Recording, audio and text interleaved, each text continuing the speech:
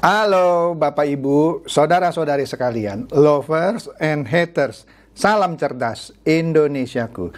Jumpa lagi kita pada kesempatan kali ini. Bagi Anda yang belum subscribe channel saya, silakan subscribe channel saya. Tekan loncengnya agar Anda dapat notifikasi setiap kali saya mengupload video-video saya. Oke, pada kesempatan kali ini saya akan membahas sebuah ramalan pakar astrologi Vedic. Nah, astrologi Vedic ini adalah suatu astrologi dari timur ya. Kalau astrologi yang biasa kita tahu itu dari barat. Ini kalau Vedic astrologi atau astrologi Vedic itu dari timur kuno ya. Nah, ini dari awal Desember tahun 2022 ada ramalan dari seorang pakar astrologi Vedic.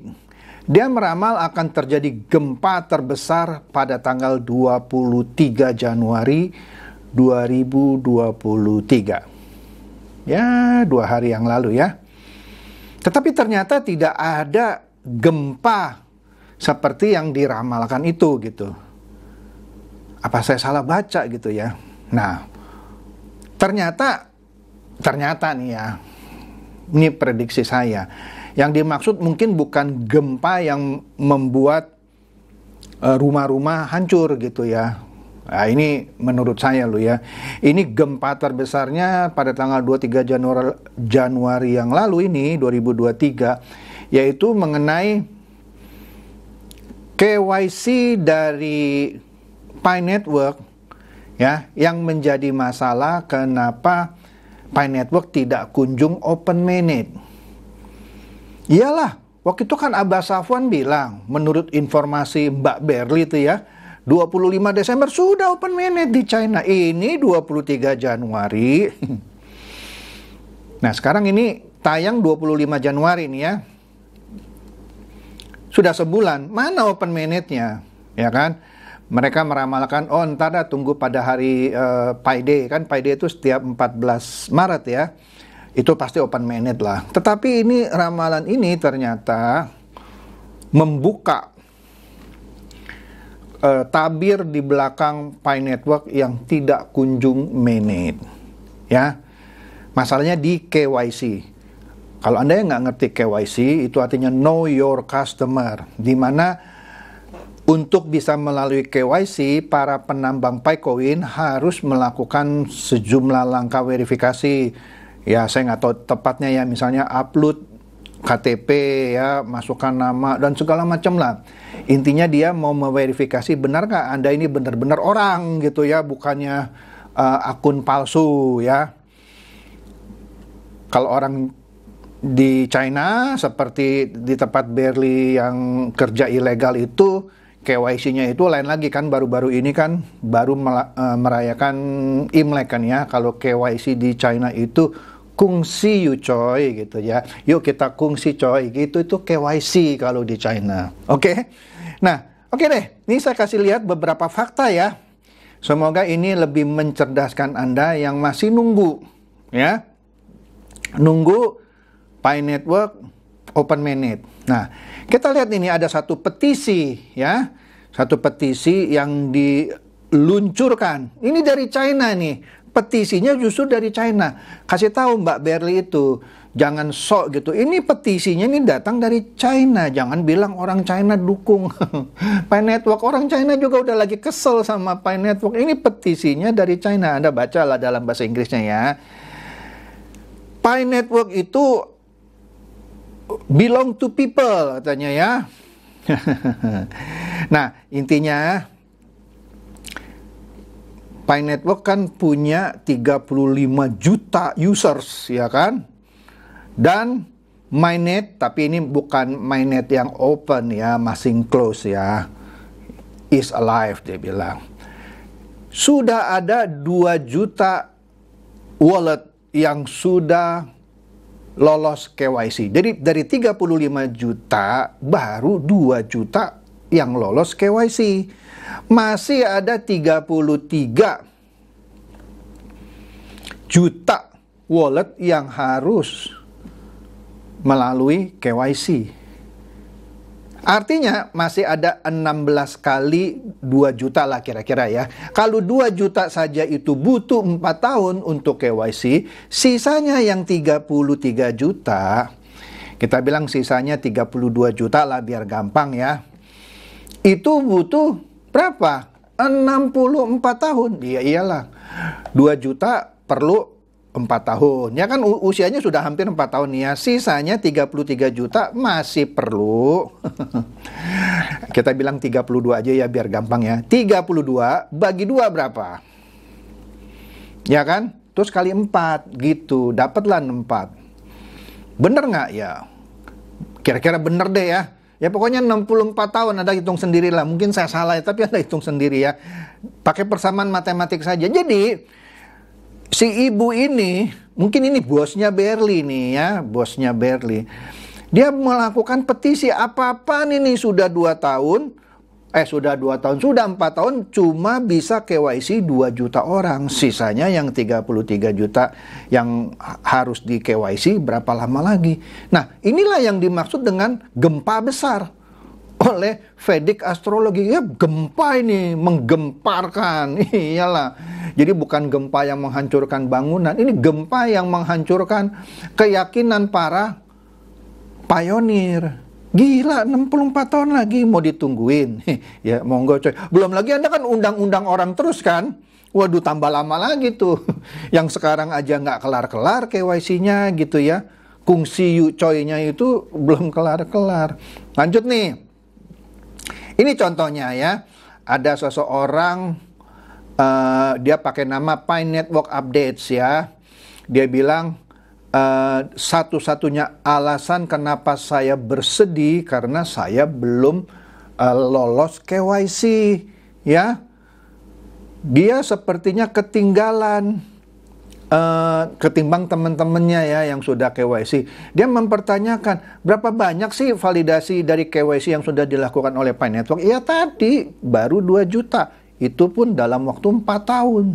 Oke? Kasihan. Kemudian, ada orang namanya yang The World of Cryptos gitu ya. Dia berteriak lah, KYC only please, I need KYC. Jadi dia minta KYC-nya itu, aduh, diloloskan. Nggak lolos-lolos nih. Ya. Ada lagi Mujahid. Nah, tapi nggak ada foto di sini ya. Dia bilang ini, dia komplain. Dia sudah coba 20 kali untuk melakukan KYC, tetapi selalu mendapatkan message bahwa slot not available, slot tidak tersedia. Jadi seakan-akan setiap hari orang berebutan slot, berebutan kuota lah gitulah ya, untuk bisa di KYC. Dia sudah coba 20 kalinya tidak mendapatkan slot. Aduh, dia bilang Anda akan diinformasikan ketika slot itu tersedia. Tapi enggak ada terjadi apa-apa. KYC apaan ini? Kira-kira gitu. Astaga. Kasihan ya. Katanya ini kan bikinan Dr. Nicholas Kokakis dari Stanford. Tapi KYC aja gitu ya, enggak bisa-bisa. Bingung saya. Ya. Nah, Rick Way, kalau nama komplitnya Rick Wright 1971. Dia juga punya masalah yang sama. I tried to register KYC on the app. Saya mencoba meregistrasi KYC melalui aplikasi. Dan aplikasi itu selalu berkata, no slot is available. Slotnya tidak tersedia. Ya, kuotanya habis untuk hari itu. Apakah ini wajar? Sama kayak yang tadi gitu ya. Nah, Christopher Al-Arib, iya, bilang apa? Setiap hari ada update tentang Pi Network, tetapi bagaimana orang-orang yang KYC-nya masih pending itu di follow up? Kenapa KYC ini kok kayaknya lelet aja? Ini banyak orang-orang yang sudah 7 bulan sampai 1 tahun, ya, masih nggak selesai-selesai. Wih gila ya, udah 7 bulan sampai 1 tahun. Nah tapi ntar kita lihat ada yang lebih dari 1 tahun ya. Kemudian, nah ini nih, John Santiago dia bilang, saya sudah mencoba KYC sudah lebih dari 8 bulan, tetapi Anda lihat tuh di bawah ya beritanya, slot is not available at this time. Kuotanya habis, slot tidak tersedia. Kasihan deh lu ya. Siapa lagi? Wiganesa, kayaknya orang Indonesia nih. Dia sudah mining 3 tahun lebih. Wih, setia dia ya.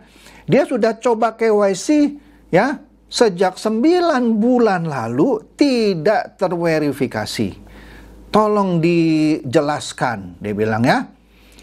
Lah, Anda mau nambang 3 tahun kayak 4 tahun kalau KYC-nya Anda nggak lolos, Picoin yang sudah Anda kumpulkan nanti kalau benar ya jadi open manage. Sekali lagi kalau benar, enggak jadi duit. Mesti lolos KYC, itu satu. Kedua, mereka pun punya aturan mainnet itu baru akan diluncurkan kalau KYC semua sudah selesai. Iya dong, dari 35 juta baru 2 yang lolos KYC. Masa open mainnet masih ada 33 juta? Nggak rame dong.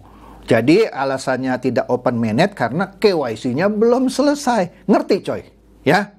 Semoga lu nih bebek dungu jadi cerdas sekarang ya. Gua kasih tahu, kasihan sama lu. Ya. Lanjut. Jalal Ahmed ya, nggak tahu dari mana nih Jalal Ahmed ya. Dia bilang dia minta tolong ini untuk KYC. Sudah lewat 1 tahun ya. KYC-nya nggak kelar-kelar, nggak dapat.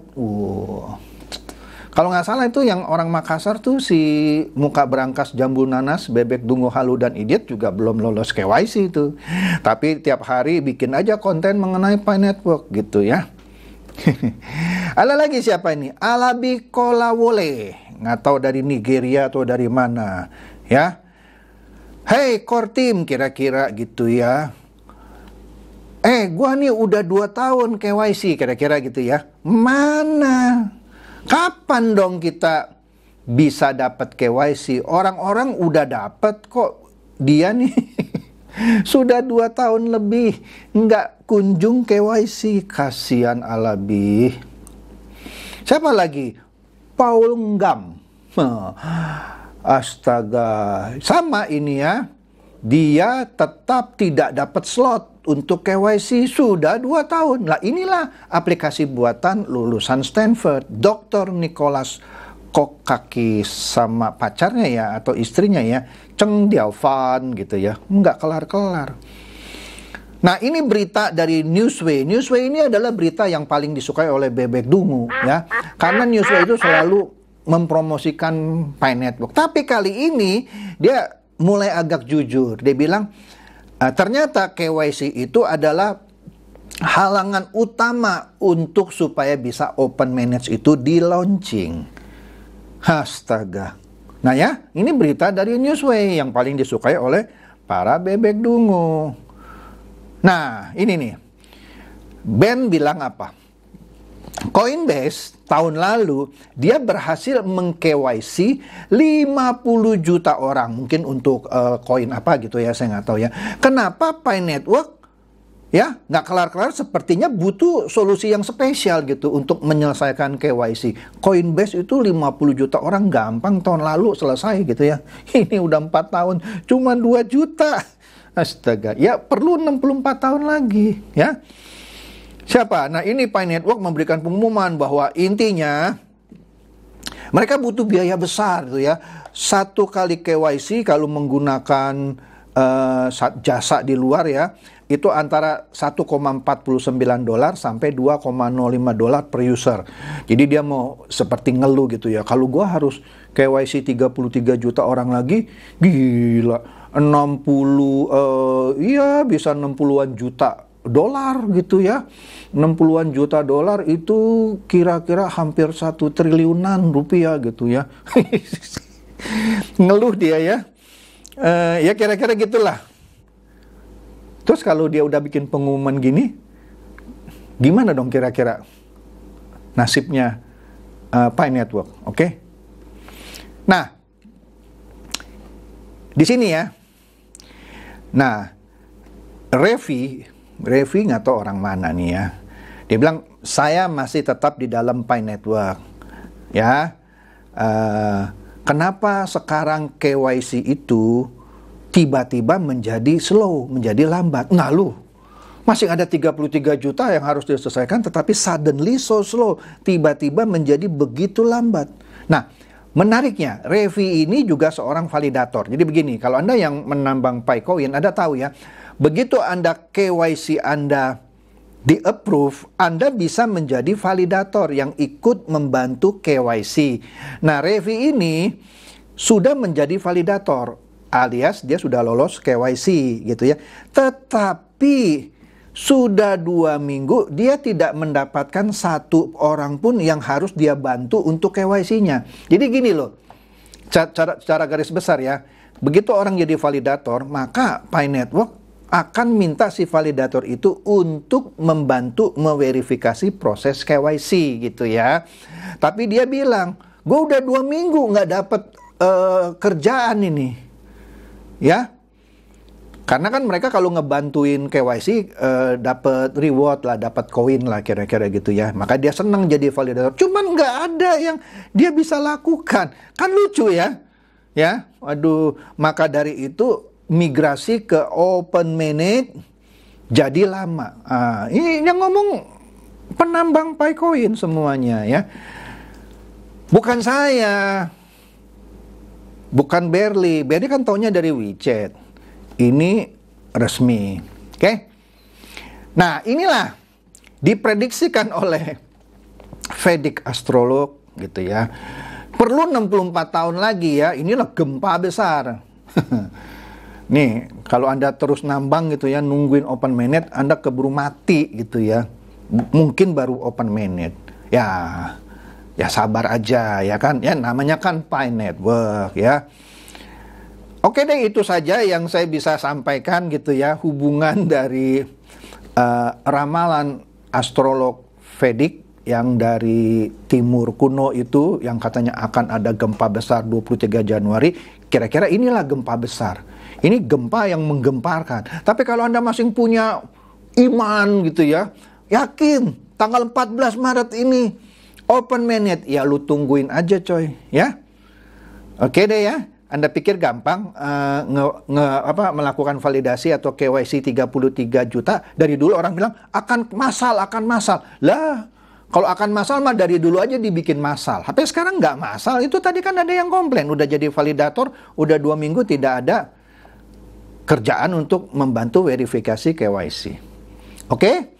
Itu saja, semoga ini mencerdaskan dan mencerahkan Anda semua. Silakan share video saya ini kepada teman-teman, sahabat, atau kerabat supaya mereka tambah cerdas dan tercerahkan.